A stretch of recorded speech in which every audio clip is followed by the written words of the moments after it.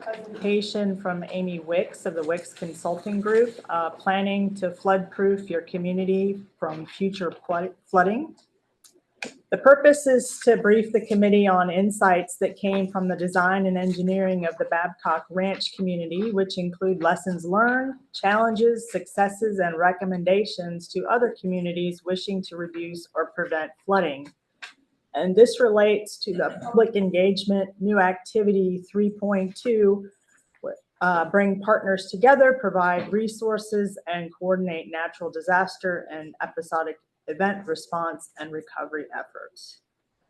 Damaging hurricanes in U.S. history, only 2 of the 15 most damaging hurricanes in U.S. history, only 2 were Category 5. Hurricane categories are based on wind speeds and only wind speeds. But what often creates the most damage is water. Given all of the new codes, most homes can really survive Category 5 winds. However, they can also float away fully intact. Yet, this one town, Babcock Ranch, has been hit by 4 hurricanes and basically came out unscathed. There was no flooding at all. So, we asked the engineer who helped build this town to break down its hidden designs. Here's Babcock Ranch from above, with Fort Myers and Cape Coral nearby. For a lot of the surrounding areas, everything is developed very grid-like, which is traditional because it utilizes the land the best. But this type of development doesn't always consider how nearby wetlands expand and absorb excess floodwater. You do have a waterway that flows right through here. These areas that used to act as a sponge are kind of all taken up by development. And so these areas are very prone to flooding. Babcock Ranch took a different approach. These photos show part of the ranch before and after it was developed. All the dark patches are wetlands, and you can see how the ranch was built around them, leaving some areas where they'll flood and connect untouched. It was very important to us to utilize the existing water systems. But it didn't just leave these systems intact. Babcock Ranch also mimicked them. To do this, they turned the ponds and lakes into a network of bowls. So the way the entire system is designed is each of these lakes acts like a very bottom of a bowl, and the rest of the system is built up around the edges of the bowl, and it sits a little bit higher. So you have the houses at the highest point, and the houses, the water falls off of it, and it goes down into the bowl. Each bowl is connected through a series of pipes underground. That way, if one lake fills up, it won't spill over. It'll just drain to a different bowl with more capacity. Then, if there's a blockage, all these extra pipes help ensure the water keeps flowing. And Babcock's system lets them control the water levels, allowing them to drain the bowls before hurricanes to accommodate the extra water, which is eventually discharged down to the river. There is a ditch that runs right through the middle of the property and all the way out to the river here. Traditional design would say to move the water through that ditch as fast as possible. What we've done at Babcock is we've allowed that water to come out to the fringes of the development and fill in this entire area. Slowing the water down lets the wetlands absorb some of the water, preventing an onslaught of stormwater from inundating the river and surrounding areas. The next key to managing hurricane flooding is elevation. Babcock Ranch's natural elevation ranged from 12 to 38 feet. So generally, anything that falls within the development footprint overall was elevated. But certain areas of the town were elevated higher than others, directing water towards specific collection points. The smaller roads were elevated by about 3.5 feet. The larger roads were elevated by approximately 4.5 feet. And then any of the homes were elevated by about 5 feet. Now, the majority of the community is at or above 30 feet. In a 100-year storm event, the ranch would face about 14 inches of rainfall, and the water levels would rise by about 4 feet. And all of the homes on Babcock would be 1 foot above the water level. Its grocery store and some offices, 2 feet above it. So if things were to be catastrophic, we want to be able to bounce back as quick as possible. So being able to go get your groceries, being able to go to work, those types of things need to be the first accessible places. But while all the buildings would be safe, the roads would be completely flooded by design. At a certain point, they're going to go underwater because they were what was built the lowest. We can intentionally use those roads to help direct the flow to allow the water to connect between the lake and the roads away from the homes and the structures. But much of the ranch's success also lies in its location. It's about 20 miles inland from Florida's west coast, and that distance alone is enough to mostly protect it from the deadliest force in a hurricane, storm surge. As hurricanes move inland, they push a huge volume of water ashore at high speeds and with immense force. It's going to pull the water from the Gulf and push it all the way inland this way. Take Hurricane Helene.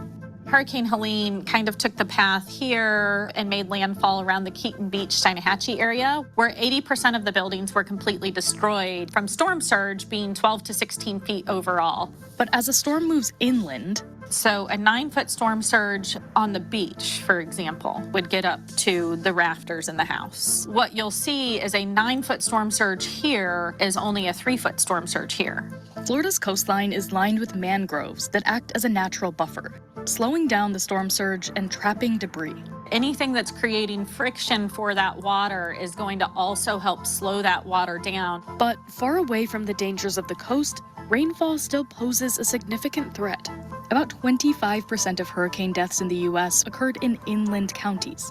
As we've seen more and more storms that are exceeding 100-year events across the United States, it appears more and more likely that designing to a 100-year storm event is not going to be enough to keep a home from flooding over the course of its built life.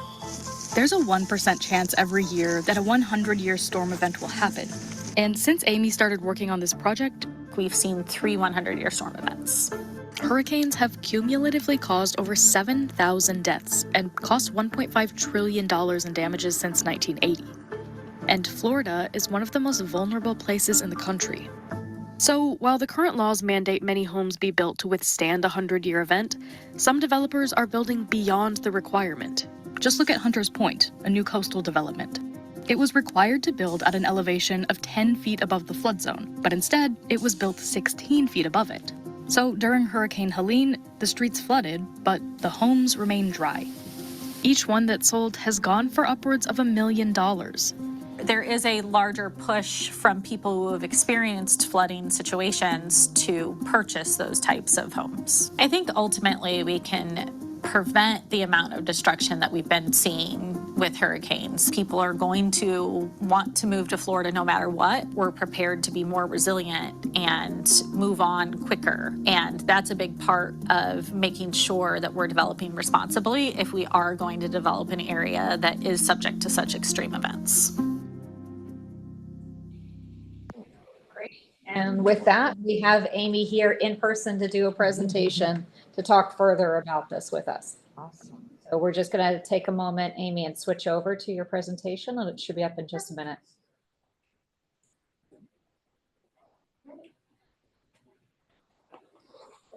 There you go. All right. So thank you. First of all, I think the lead-in that we got from Carolina earlier was absolutely excellent because that's really what we incorporated into the design of that path.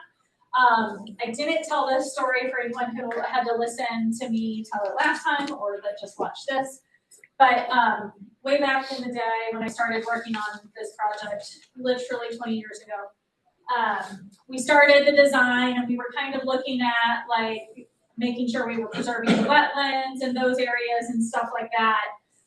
But that evolved over time. I think we were probably about 3 years into the design and I got a call at 10 o'clock at night. I'm on my work phone and I was like, this must be serious. Took the call and it was the Senior Vice President of Land Development for Kitson and he said, wait a minute, is this hurricane proof?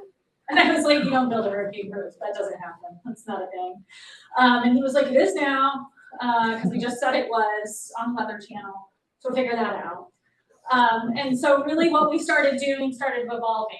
And what we started looking at that point wasn't just how we can be better stewards of how we get the water off of our land and try to preserve that, but what does a hurricane actually mean that we aren't looking at as engineers right now?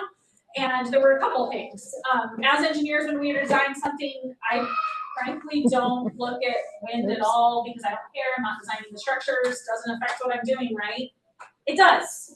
We have debris and everything else that's going to clog everything. Goodness knows what's going to happen in a hurricane other than mass chaos. So how can we plan for the chaos that's going to happen within the stormwater system as we're doing that? So that became one of the things that we started to focus on. Some of the other things were, well, we have these 100-year storm events, but all of these 100-year storm events kind of seem to come during tropical systems. So let's actually start digging into that and see what that means. And when we really started digging into it, we were like, oh, they're actually bigger than 100-year storm events. So we're not designing to the right numbers if what we're going to do is to be hurricane proof as well. So we started taking into consideration all of these things, and that's why Carolina's talk was so helpful to tee this up, was we're accounting for all of those things when she was like, no, engineers want to know exactly what they need to do. And I was like, no, just we'll account for other stuff and know what's out there, but kind of what are those types of things we need to be considered. So increased rainfall, wind-driven debris, and how that affects our stormwater system were two big things that we did as we started to look at Babcock Ranch. So just very briefly, the challenge, this map just shows all of the repetitive loss from flooding just in the state of Florida, but you can see like it's also inland. It's not just tidal, it's not just storm surge. These are all repetitive losses. Florida is the worst in the United States. Not Florida's fault, that's just what the hands were dealt. We're kind of the bellwether on getting the extra rain and everything else too. So us in Texas. So that's really the challenge, is how do we capture this? And as you already heard, those rainfalls that you're getting right now that we're seeing and how those are changing, it is changing and it is creating more of these issues. So we've already kind of taken that into account. In addition, we've seen a shift from major hurricanes happening over on the East Coast, generally speaking, to being more Gulf. Which also, just based on how the shelf is in the Gulf, means higher storm surges than you would get if they were hitting the East Coast. So that shift is a relatively new shift, completely just weather driven, had nothing to do with us at all. Anything that's happening, not accounting for things rightly. There's just been a shift since about 2004 from this side to this side. And it's a statistical shift that you can see, and that just exacerbates things, because after air conditioning, when we started to really develop Florida, which happened after air conditioning was regularly a thing, there was no activity over here. There were like 2 hurricanes, very, very quiet. So we didn't develop for that. It wasn't something that we thought about. And so we're kind of taking the approach with Babcock. Let's go ahead and think about all of those things that we didn't think about because we thought we were safe, and now we're seeing that yeah, we're probably not. It was just a nice lull, and they just lined up nicely, and we didn't develop for those things. So, conventional approach to resilient design, and I really wish I had reordered these pictures differently. I'm going to start with the 2 ends here. So this is downtown Fort Myers. This is traditional development. It's going to run through the street, hit the inlets, go out to the Caloosahatchee River in this particular case. This is Babcock's downtown, and it's taken from this angle because I wanted to point something out. This is the main road, and it looks like that. Our sidewalks are a little wider, but generally speaking, it looks like that. The buildings are built right up on it. But what I wanted you to be able to see, and if I zoomed out in the same picture of downtown Fort Myers, you would not be able to see, is this area here and this area here. We talked about in that video how we use the roads to run the water. We use them as channels. I assume that the debris is going to block all of the inlets and everything else, and there's going to be water in the road. Don't want it in the building no matter what. So what we've done is we use those as channels to redirect to these green spaces. So it doesn't get into the buildings first. So it has offloads if everything comes and gets all blocked and everything else, how we can get around from having to rise and go into structures. The other thing I wanted to note, again, if you're just looking at this traditional Southwest Florida development, Babcock Ranch, you're probably like, they look exactly the same. I don't know what you're talking about. Again, we have one of those offload locations right here.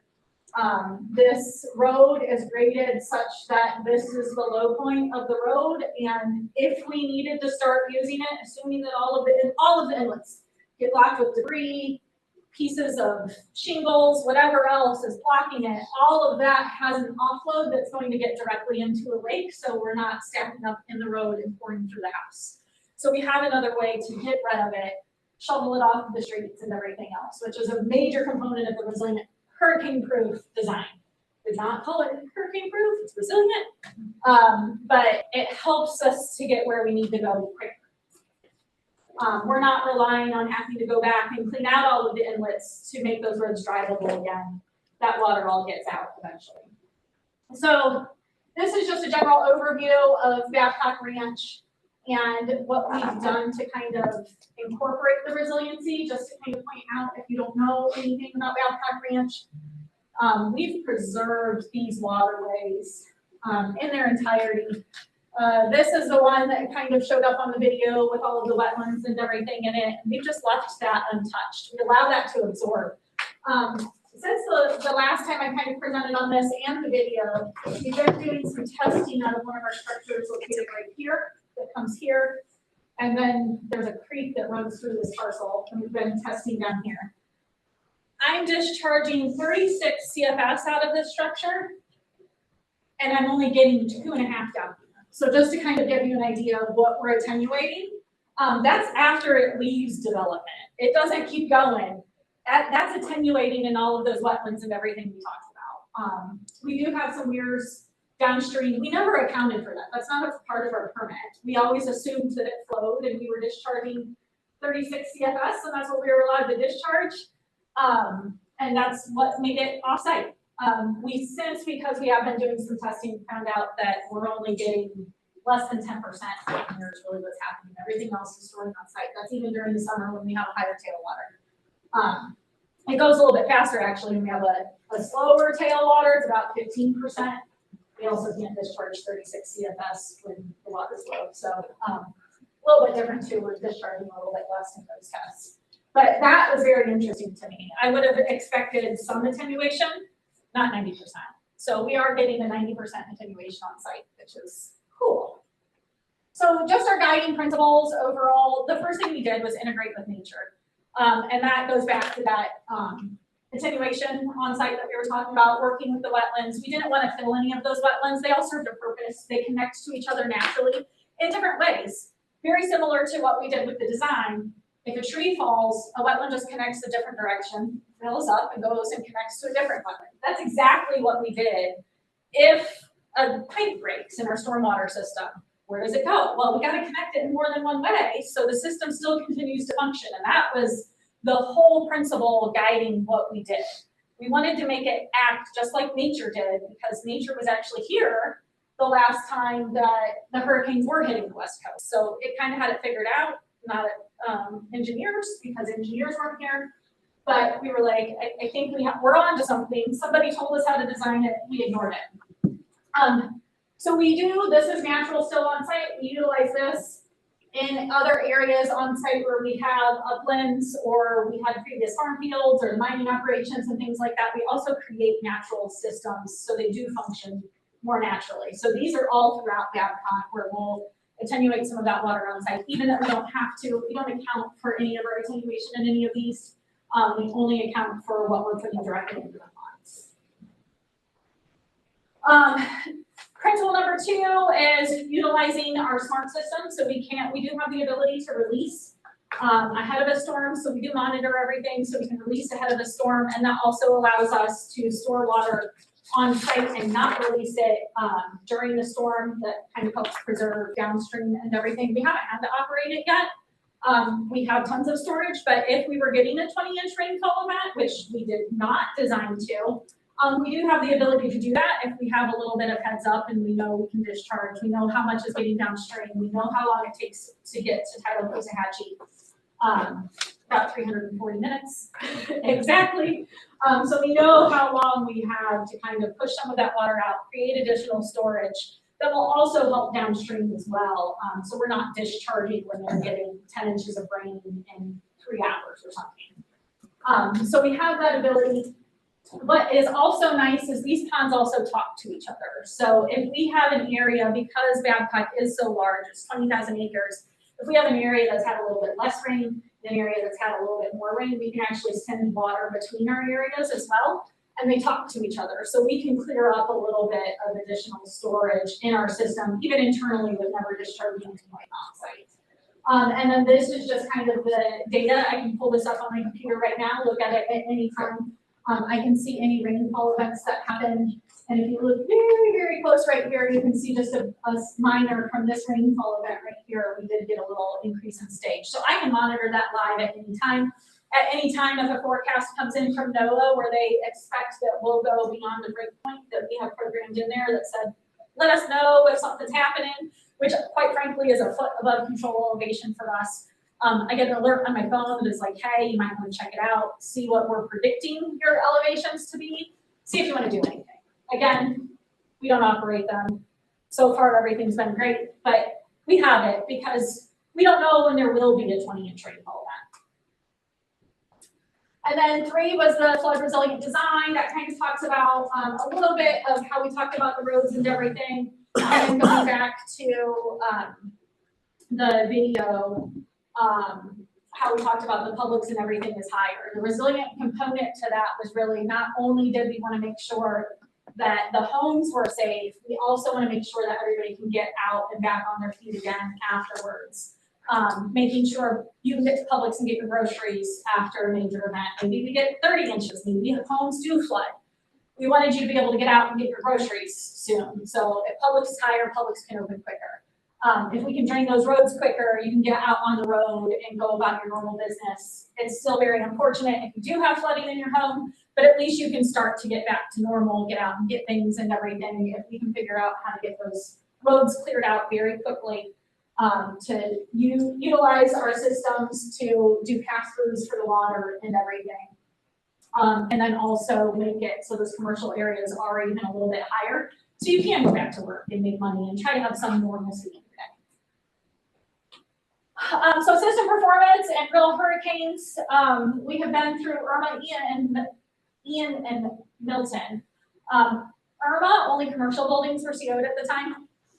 But still nothing flooded. State Road 31 right outside the property flooded significantly. It actually did so little inside of the community. We worked with Water Management District to stick a pump on the road and pump it all into the community to get it off the road to get that road passable again.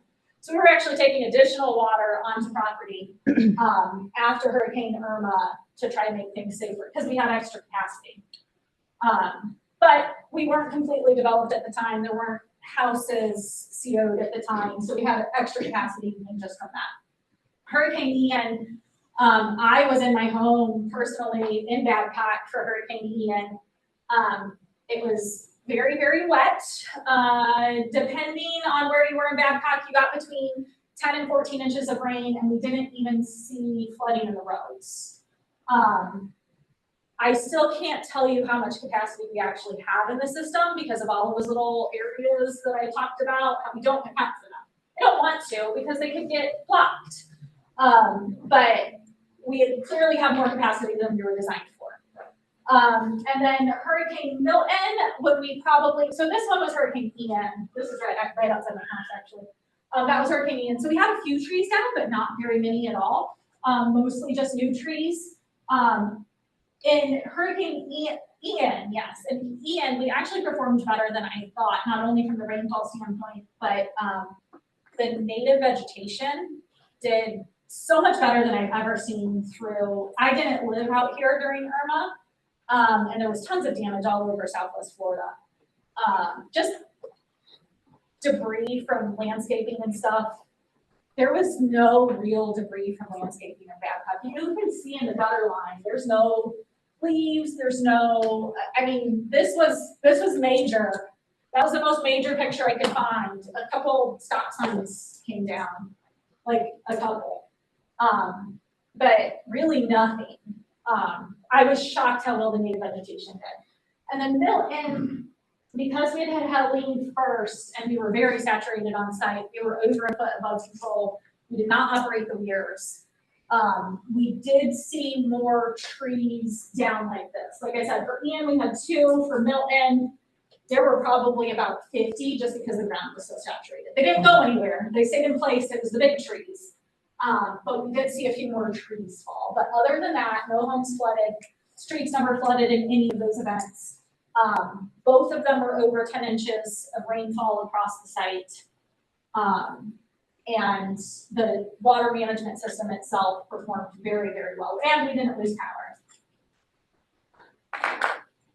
So implementation strategy, I think there's a lot of ways that we can work, especially in systems where you already have existing systems or existing rules, existing regulations, to try to implement these strategies. And I've worked with some municipalities and stuff on this.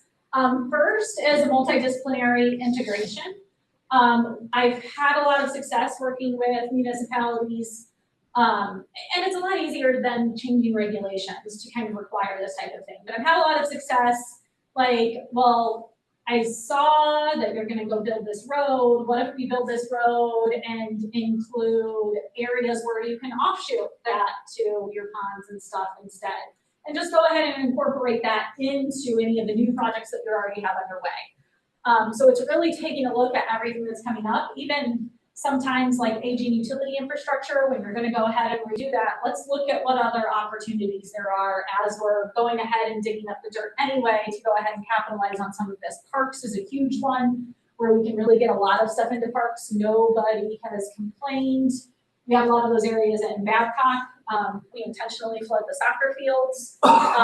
No one called me after Hurricane Ian and said, hey, my house was safe, but I can't play soccer today. Not a single person. So there's a lot of good opportunities, especially with parks and things like that, to kind of get a multidisciplinary approach to stormwater resiliency aspects and things that are already planned. The second one is public-private partnerships. I worked with the city of Winter Haven. They had got a state-funded grant, a huge grant, where they were going to kind of look at some flooding problems that they were having on Peace Creek. And we kind of started to incorporate this master planned area that included some large landowners, went to the large landowners and were like, hey, got an idea. What if we do this master plan for you, which includes embracing some of our floodwaters, but we'll go ahead and kind of lay out your master plan for your large piece of land, and we'll go ahead and even get it through conceptual permitting with the water management district, and then that's just something you don't have to do. You have a conceptual at the end of the day. And they were like, I don't have to pay for the engineering, at least not the conceptual. This sounds like a great deal. So it was a good public-private partnership. We did everything through Winter Haven, went ahead and processed their conceptual permit. So, and then that was promoting the developer to develop in the way that they wanted to as well. So opportunity there. And then water quality credit trading, which is kind of new this year, but whenever you're doing flood abatement and anything, water quality ends up in it. So there's a good opportunity there, especially in redevelopment areas. If you do some of these regional projects to kind of offset that, to kind of get some of that back as you're looking at redevelopment areas and stuff, and you can kind of trade those credits. Like we've created a regional system that's going to help make things more resilient, but now you may also be able to kind of step that back a little bit and not require as much out of people who are trying to move in and develop property.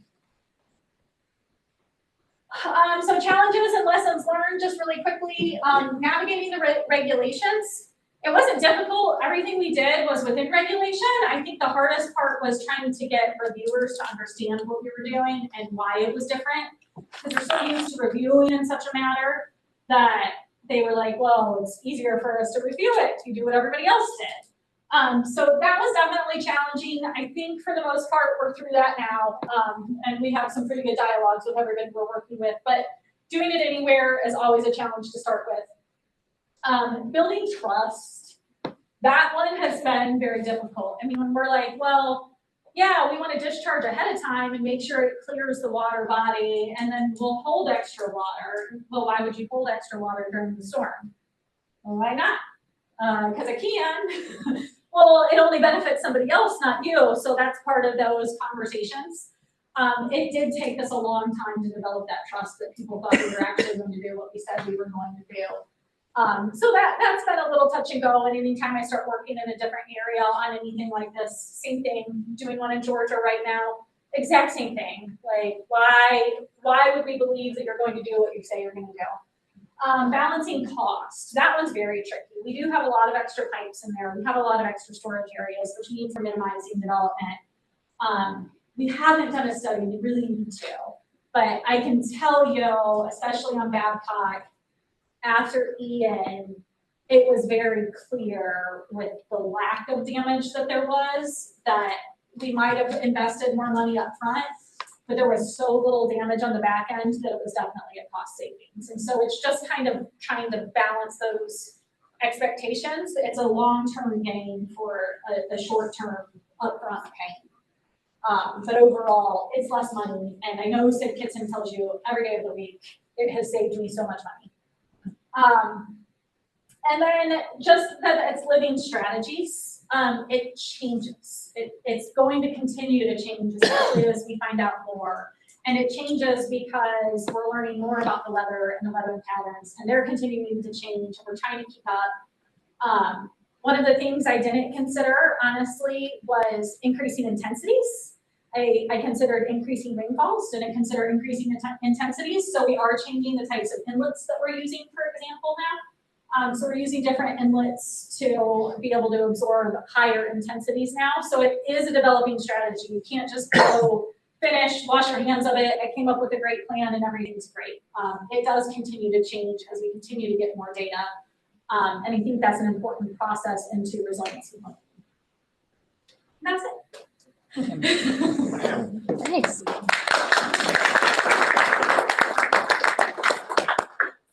Any questions or comments? I have one. The canal you have that's where you're overflowing the Caloosahatchee, was that part of the project or is that an existing canal? It existed. It was, I know it was ditched prior to 1940 because we went back in aerials and stuff. So it existed in 1940. Any of the ditches that didn't exist in 1940, we've tried to fill them so it operates more naturally. That one, it had existed for so long, we were like, we're really going to change the environment if we try to impact that one. So that one we left, but all of the other ones we've gone ahead and filled in and let the wetlands do whatever the wetlands need to. I have a community that's just east of your development, Muse, and it was wasn't designed, people just sold tracts of land out there, broke it up and sold lots. We're having so much flooding out there right now because there's no drainage. It's all natural flow, so the marshes are all full of dead trees and it just doesn't run out like it's supposed to. I mean, it's small creeks that drain it. And I don't know what the answer is to fixing a problem that's people already living there, you know? We even see it just west of State Road 31. So we're right along our western border of State Road 31. We see it west of there. The flooding that actually happened. So we've also flooded, State Road 31 flooded. State Road 31 flooded for Invest 92L, which was 2 weeks prior to Hurricane Irma. And Babcock only got 2 inches of rain. Cape Coral got 18 inches of rain. So just to talk about the interconnectivity and super, super flat Southwest Florida, super, super flat. Water got so backed up in Cape Coral, it came under 75 and all the way over the top of State Road 31 and was pouring onto the Babcock property. Because it got 18 inches in 3 days. And it had nowhere to go. And so it started moving east instead of south because south was full. So especially in that area, like just east of us, it's so flat. And that's kind of what this design was like. Well, what happens if a tree falls? And that's exactly what you're experiencing. What happens when a tree falls? Well, it's gonna flood. And we just had a conversation last week, I think, and I was like, if a cow goes to bed out here, our drainage patterns change, right? Like, so how do we solve for the cow going to sleep? Because I can't stop the cow from going to sleep. But that's how flat it is, and that's really what you're experiencing. And it's tough. It is. Regionally, you can help to fix things, but you need that ongoing maintenance and everything as well. Amy, great presentation. I take it from your presentation with the developers of Babcock Ranch that they could have, what I'm hearing from you, potentially, they could have developed more of that acreage if they wanted to, but they chose not to. Forward thinking, and I'm sure that forward thinking now has turned into marketing that's driven by Yes. data that says that, okay, listen, you come and buy a home here, we can show you what it did everywhere else in Southwest Florida and what happened here. Yes. And so it's paying dividends to them now, especially with the pattern of storms, like you said, coming up through the Gulf and what have you that we've seen. So not that they didn't have the option to develop, they had the option to develop, but they Yes. chose not to. Yes. In today's world, most developers want to develop as much as a property as they possibly can. So, and it started, because like I said, I've been working on the project 20 years now. It started with the vision of sustainability, and that's why I threw out earlier, like, we were 3 years into design, and then they were like, wait a minute, it's also storm safe. And I was like, no, it's not. Yeah. Right. That's interesting. Right. And quite frankly, what I did is I went back to college, I got a master's degree in ecological engineering, started studying ecological systems, and started pulling that into the way we designed things. It wasn't necessarily your train of thought at the It time was not. at all. It was No, something that was it's very completely unique, that was changed. presented to you, and a challenge that was presented to you and your group. Yep. Yeah, wow, Yes. impressive. Fair enough. Very good presentation. Thank you for sharing that information. So the ponds they're up and running now. They're in operation, and they've been on operation with your smart pond to pond for this whole time since the No, so these hurricanes that are listed. before Hurricane Irma, we were only monitoring our ponds, so they could talk to each other, but they couldn't push water towards each other. But the pond system itself, we also require every pond has to be connected to at least 2 other ponds. So that was It's all. like an in place. electric grid system. It is. You set So up we like have a redundant basically an system. electric grid system. So you've got alternatives. And I tell people all the time, nothing I came up with is a divine concept. It's all things that everybody's been doing. They just didn't put them all together. Right. Because so when you had mentioned, like I'm guessing you were talking to South Florida Water Management District when they said, how do we know you're gonna do what you say you're gonna do? I think the question is more like, not that, but how do we know what you're saying you're gonna do is actually gonna work? Yeah. Because like you said, Carolina kicked it off by saying, they are experts at water management. They don't know always how to anticipate. They have to drop water before it comes and hope that's the way it turns out. There's a limited capacity, there's significant and intense events. There's so much going on for speculation. So like you gave a perfect example of there's 18 inches here and across the street, you guys are getting 2 inches. If you're going to drop your ponds before an event, what happens, what the impacts of what's going to happen if you miscalculate either downstream or 100%. to your wetlands. I mean, that's a big risk. Like there's going to be potentially, negative impacts. So 2 things to that, I will say. The first is, that is why we have those timing, and I know exactly how long it takes it to get to Taitapusahachie. Right. So I know turn off now. Right.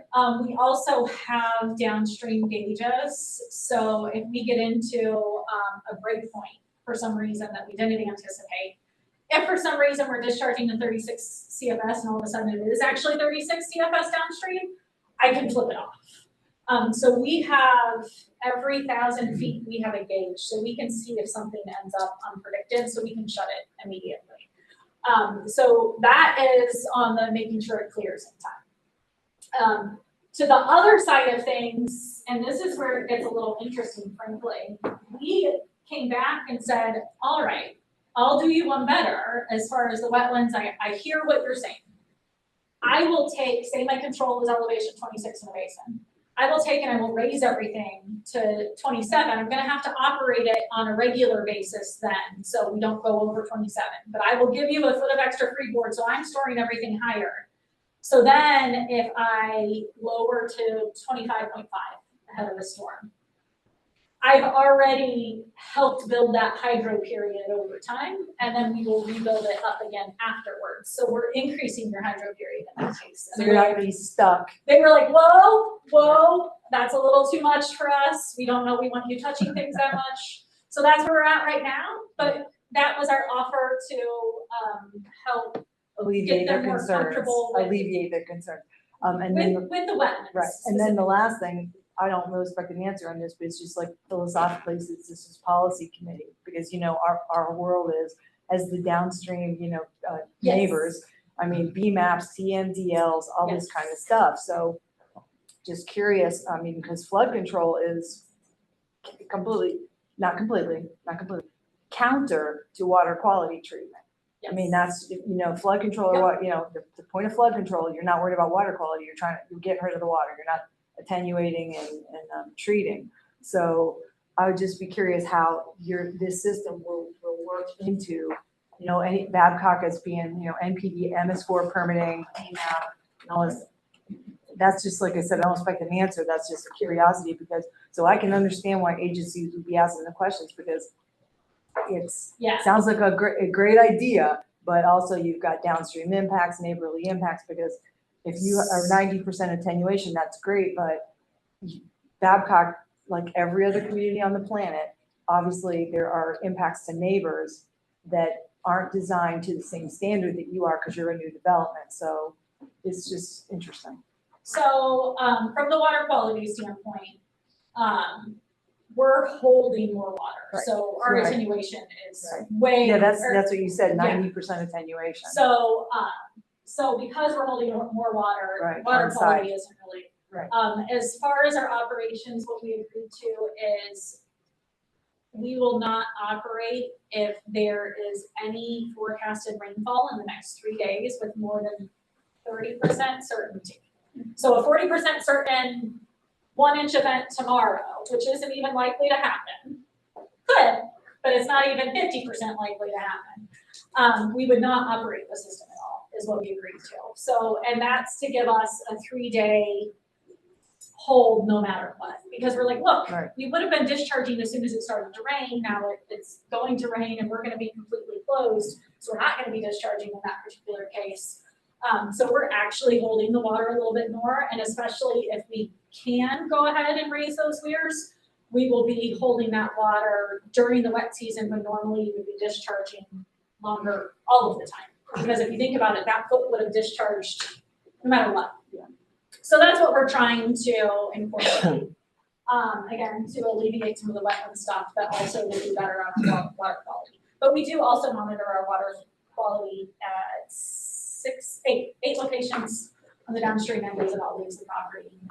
And frankly, the ones where development exists are better than the ones where development doesn't exist. So we're doing what we attempted to do. That's good. Thank you.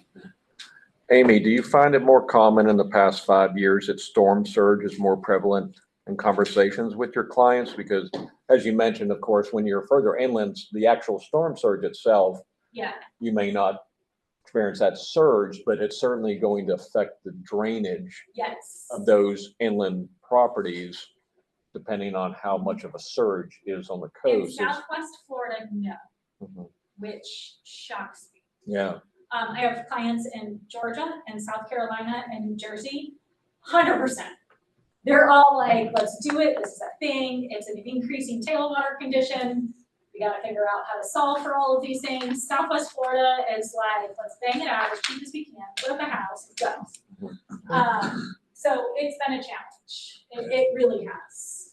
like with Hurricane Ian, I mean, look what happened with the Peace River, Yes. Arcadia. Well, places. and Irma was with the Caloosahatchee. The Caloosahatchee stuck high for days after Irma, and you have the same thing with Lehigh and everything else. So you would think with what we're getting in the area with clients, we would see that more. I see it more with municipalities. Municipalities seem a little bit more open to let's try to figure out how to do something. But you can only do so much because then there's also the pushback because the developers don't want you to add more stuff. And that's kind of where, like I said, with like Winter Haven, we started working with like, all right, let's figure out how to do this public-private partnership thing. And you can maybe convince them to do the right thing because you're giving them something. Sure. You're fixing your problem, but then you're giving them Mhm. what they want. And so maybe they'll just fix it your way. Thank you. Any other questions or comments, folks online? No. Okay, well, great. Thank you so much. What a great presentation.